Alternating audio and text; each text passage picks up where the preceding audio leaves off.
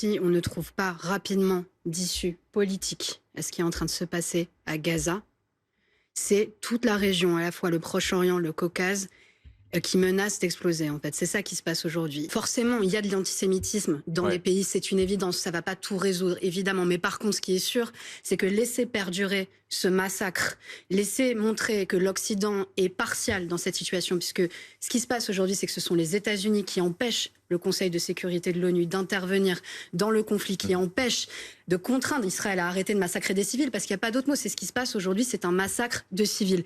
À partir du moment, si vous éteignez pas ce feu-là, cette colère-là, effectivement, tout le monde est en danger, et les populations juives qui vivent dans les pays où on sait que le contexte est sensible sont en danger. Bien sûr, tant que la guerre continuera à Gaza, ça justifiera qu'il y ait des attaques, des attaques contre les Juifs. Non, c'est pas une question de justifier. On l'a condamné, le condamne évidemment le fait de s'en prendre à des civils, quelle que soit leur confession religieuse, quelle que soit leur origine, y compris des civils israéliens, quand bien même ils auraient la nationalité israélienne, ils ne portent pas sur eux la responsabilité de la politique de Netanyahou. Ça, il faut être très clair, il faut le condamner, et ce qu'a fait le grand Moufti, c'est très bien qu'il l'ait fait. Bien sûr, on appelle tout le monde de n'en pas en faire une guerre de religion. Mais il ne faudra pas. On ne trouve pas de solution politique à ce conflit. On aura beau faire des appels au calme, on aura beau multiplier des appels à la raison, à l'humanité de tout un chacun. Malheureusement, on risque de voir de plus en plus ce genre de phénomène.